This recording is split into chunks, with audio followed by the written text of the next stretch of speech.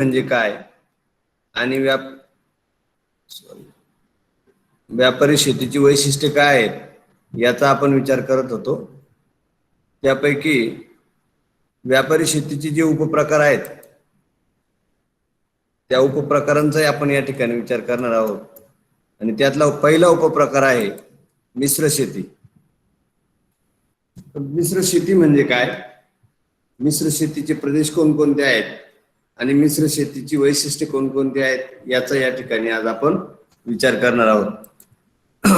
आपल्याला माहिती आहे की व्यापारी शेती ही पूर्णपणे फायद्यासाठी किंवा नफ्यासाठी केली जाते आणि म्हणून मिश्र शेती ही देखील एक उपप्रकार असल्या कारणाने ही देखील फायद्यासाठी किंवा नफ्यासाठीच ती त्या ठिकाणी केली जाते। संपूर्ण जगाचा जर विचार केला तर बहुतांश विकसित देशांमध्ये मिश्र शेती केली जाते, परंतु काही विकसनशील देशांमध्ये देखील आज ती मोठ्या प्रमाणात सुरू झालेली आहे।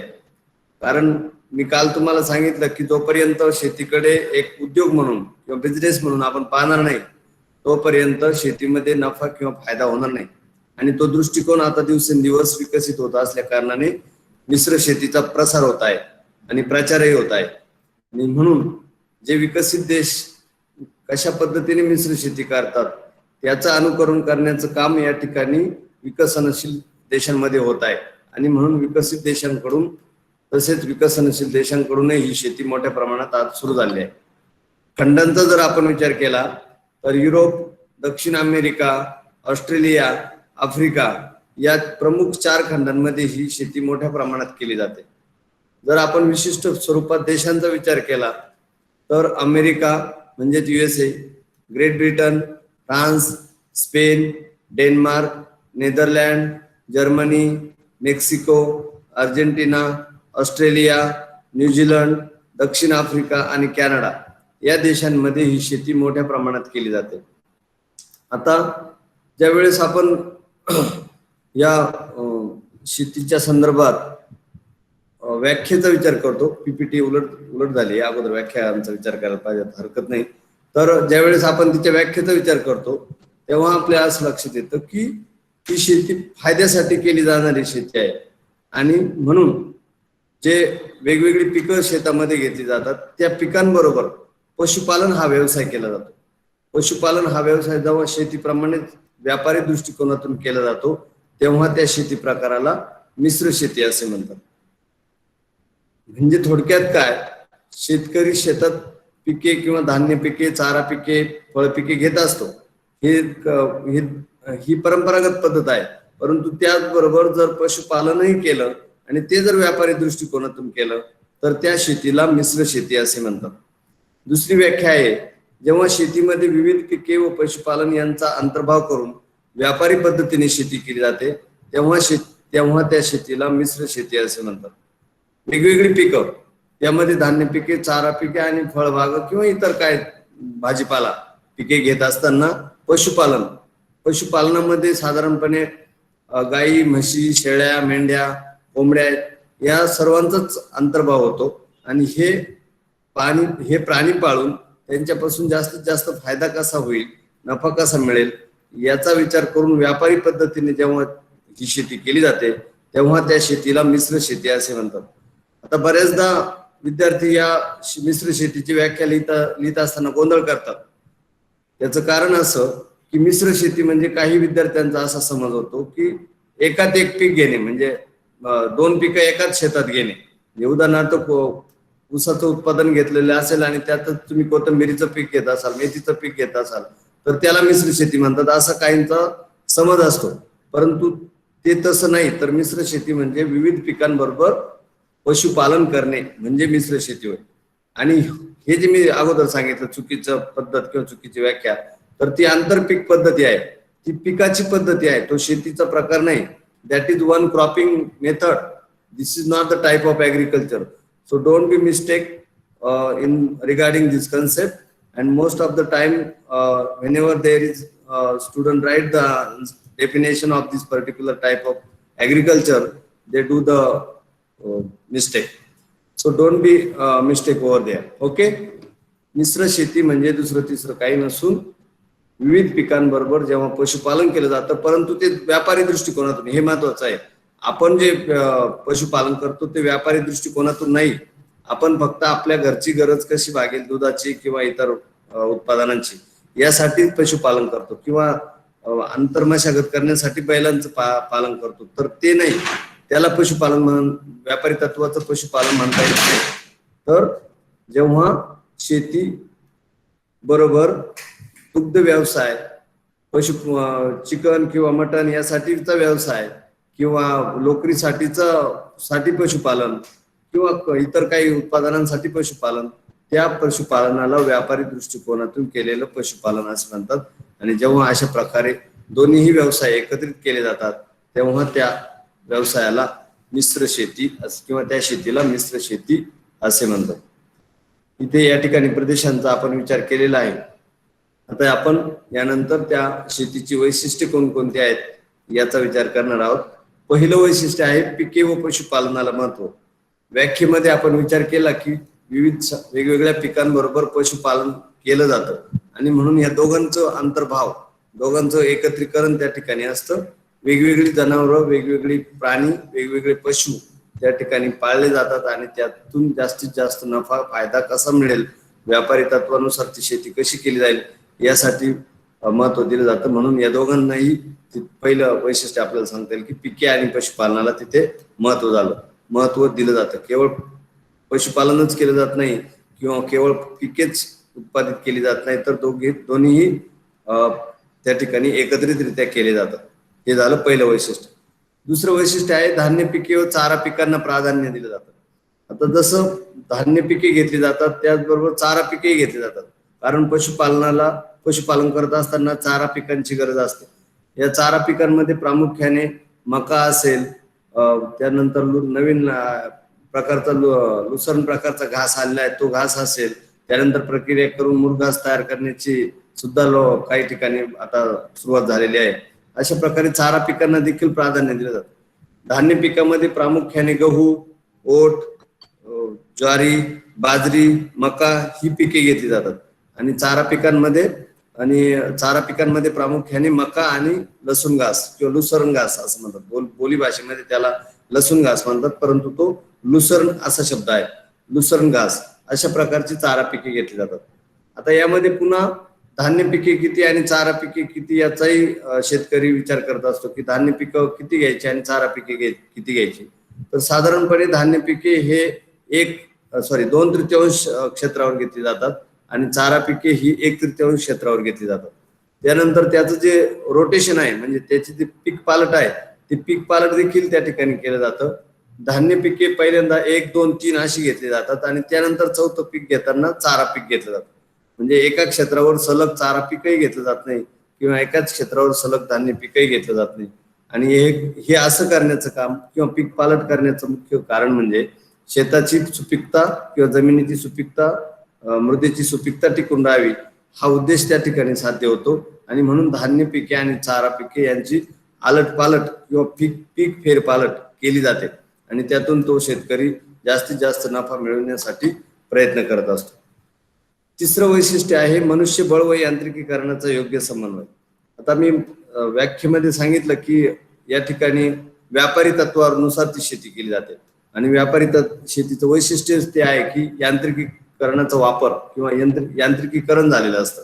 वेगवेगळे यंत्र त्या ठिकाणी वापरले जातात. ट्रॅक्टर असेल, हार्वेस्टर असेल, मळणी यंत्र असेल, पेरणी यंत्र असेल, यासारखी वेगवेगळी यंत्र त्या ठिकाणी वापरली जातात. पण हे झालं व्यापारी शेतीच्या संदर्भात. परंतु मिश्र शेतीच्या संदर्भात मात्र केवळ यंत्रच वापरलं जात नाही, तर मनुष्यबळाचाही त्या ठिकाणी वापर केला जातो. त्याचं कारण असं की यंत्राबरोबर यंत्राचं मेंटेनन्स असतं, यंत्र चालवण्यासाठी मजूर लागत असतात, किंवा यंत्राची काही देखभाल करण्यासाठी, दुरुस्ती करण्यासाठी त्या ठिकाणी मनुष्यबळाची गरज असते. आणि म्हणून मनुष्यबळ तसेच यंत्र यांचा योग्य समन्वय त्या ठिकाणी या शेतीमध्ये केलेला आढळतो. आणि व्यापारी तत्वावर ती शेती केली जात असल्या कारणाने, जसं की आपल्याला माहिती आहे की दुग्ध व्यवसाय करायचा असेल तर तो जर व्यापारी तत्वावर करायचा असेल तर आपल्याला दूध काढण्यासाठी यंत्र लागतं, दूध थंड करण्यासाठी यंत्र लागतं, शीतकरण प्लॅनसाठी किंवा कुलिंग प्लॅन, चिलिंग प्लॅन या पाश्चरायझेशन प्लॅन यासाठी यंत्र लागतं. किंवा जर दुग्ध व्यवसाय मोठ्या प्रमाणात विकसित झाला, उपउत्पादनं आपण तयार केली, तर त्या ठिकाणी लोणी असेल, चीज असेल, बटर असेल, तूप असेल, यासारखे उपउत्पादन तयार करण्यासाठी यंत्रांचा वापर करावा लागतो. आणि हे यंत्र चालवण्यासाठी किंवा त्यांची देखभाल करण्यासाठी मनुष्याची किंवा मानवाची गरज असते. आणि म्हणून मनुष्यबळ आणि यांत्रिकीकरणाचा योग्य समन्वय या ठिकाणी केलेला असतो. केवळ मनुष्यच काम करत नाहीत किंवा केवळ यंत्रच काम करत नाही, तर दोन्हींचाही योग्य समन्वय या ठिकाणी केलेला आढळून येतो. आणि मी अगोदर सांगितलं की ही शेती विकसित देशांकडून विकसनशील देशांकडे आता तिचा प्रसार होत आहे किंवा ती वाढत आहे. आणि म्हणून विकसित देशांमध्ये जरी यंत्राचा वापर होत असला तरी विकसनशील देशांमध्ये मात्र एवढी क्षमता त्या लोकांची किंवा त्या शेतकऱ्यांची नसल्या कारणाने मनुष्यबळाचा काही प्रमाणात वापर त्या ठिकाणी करावा लागतो. म्हणजे काही प्रमाणात मनुष्यबळ आणि काही प्रमाणात यंत्रांचा वापर, अशा प्रकारे योग्य समन्वय करून ही शेती मोठ्या प्रमाणात त्या ठिकाणी केली जाते. पुढचं वैशिष्ट्य आहे आधुनिक शेती पद्धतीचा वापर. मी सांगितलं की ही व्यापारी तत्वावर केली जाणारी शेती आहे. नवीन नवीन तंत्रज्ञान, नवनवीन बियाणं किंवा सुधारित बियाणं, वेगवेगळ्या जाती प्रजाती, वेगवेगळ्या विविध पिकांच्या हायब्रिड जाती त्या ठिकाणी शोधून शास्त्रज्ञांनी, त्याचप्रमाणे शेतकऱ्यांनी शोधून त्या ठिकाणी उत्पादन वाढवण्यासाठी प्रयत्न केलेला आहे.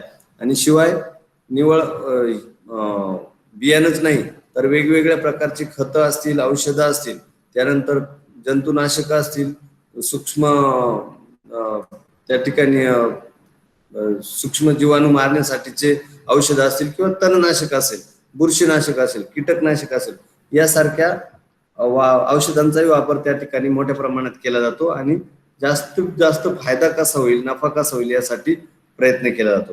आता आधुनिक शेतीचा मोठ्या प्रमाणे वापर करण्याचं मुख्य कारणच ते आहे की जोपर्यंत मॉडर्नायझेशन होणार नाही, जोपर्यंत तंत्रज्ञान आपण वापरत आणणार नाही, तोपर्यंत ती शेती व्यापारी पद्धतीने करता येणार नाही. कारण परंपरागत पद्धतीने जर आपण ती शेती करत राहिलो तर त्यातून नफा मिळणार नाही. आणि जोही नफा मिळेल किंवा जोही आपल्याला उत्पादन मिळेल ते अतिशय अल्प प्रमाणात असेल, अत्यल्प प्रमाणात असेल. आणि म्हणून त्या ठिकाणी आधुनिक नवनवीन तंत्र त्या वापरण्याचं काम शेतकरी त्या ठिकाणी करत आहे. पुढचं वैशिष्ट्य आहे शेतीचा आकार. आता शेतीचा आकार आपल्याला माहिती आहे, मी व्यापारी शेतीमध्ये तुम्हाला सांगितलं आहे की या ठिकाणी शेतीचा आकार कसा असतो. कसा असतो व्यापारी शेतीमध्ये आकार? कसा असतो शेतीचा? लहान असतो की मोठा? मोठा. मोठा असतो का? मोठा. शेतीचा आकार व्यापारी शेतीमध्ये मोठा का असतो? तर मग उत्पन्न जास्त येतं, फायदे जास्त मिळतो. उत्पन्न पण जास्त भेटतं, नफा पण जास्त मिळतो म्हणून. नंतर यापेक्षा वेगळं उत्तर, उत्पन्न जास्त असतं आणि नफा जास्त मिळतो म्हणून शेतीचा आकार मोठा असतो.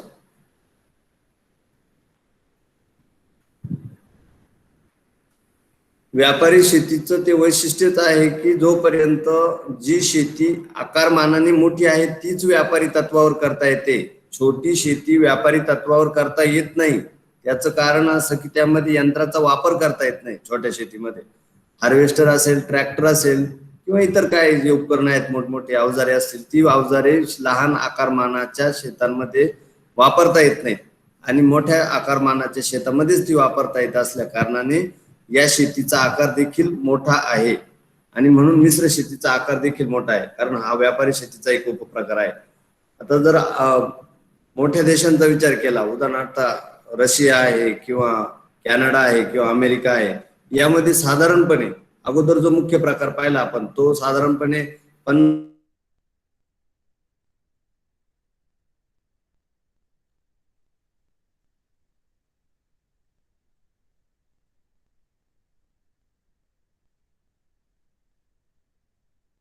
एकर पर्यंत एका गावाला जी शेती असते ती एकट्या शेतकऱ्याकडे त्या ठिकाणी असते.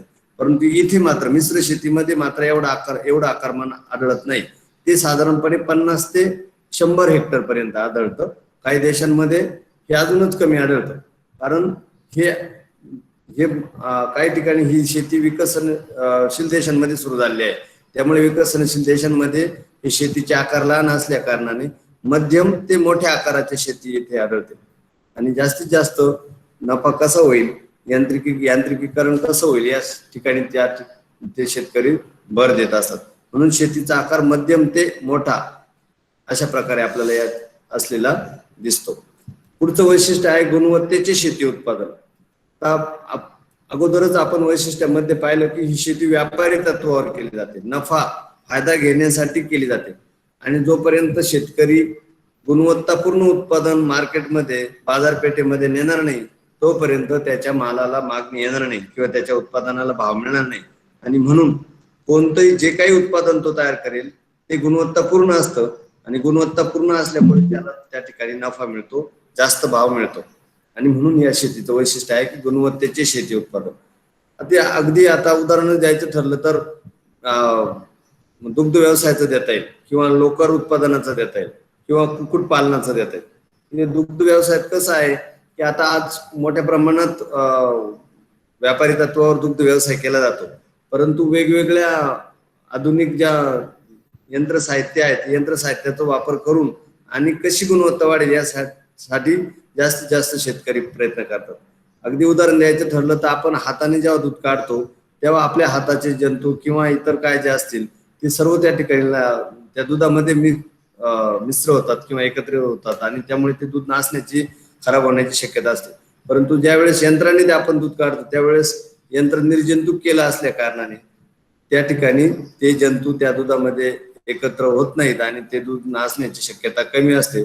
किंवा इतर काय जे आहेत किंवा लोकर आहे, लोकरीच्या उत्पादनाच्या बाबतीतही की जितकं लोकर मोठी असेल तितकं त्याला मागणी जास्त आणि जितकी आकारमानाने म्हणजे जे लांबी जेवढी लोकरची कमी असेल तेवढी त्याला मागणी कमी असते. जास्तीत जास्त अशा प्रकारे लांब लोकर, कमी आकारमानाची लोकर किंवा कमी लांबीची लोकर अशा प्रकारे गुणवत्ता त्या ठिकाणी शेतकरी ठरवत असतो.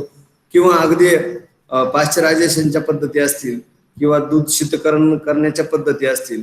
आपण आता परंपरागत पद्धतीने जेव्हा दूध उत्पादन घेतो तेव्हा आपण फार तर फ्रीजमध्ये ते ठेवू शकतो, 2 किंवा 3 दिवसापर्यंतच ते उत्पादन आपल्याला किंवा ते दूध आपल्याला साठवता येऊ शकतं. परंतु जर आपण चिलिंग सेंटर उभारलं किंवा पाश्चरायझेशन सेंटर उभारलं तर मात्र तेथे आपण अगदी 1 महिना कालावधीपर्यंत सुद्धा ते दूध टिकवू शकतो आणि आपल्याला जेव्हा पाहिजे तेव्हा ते दूध उत्पादन विकता येऊ शकतं.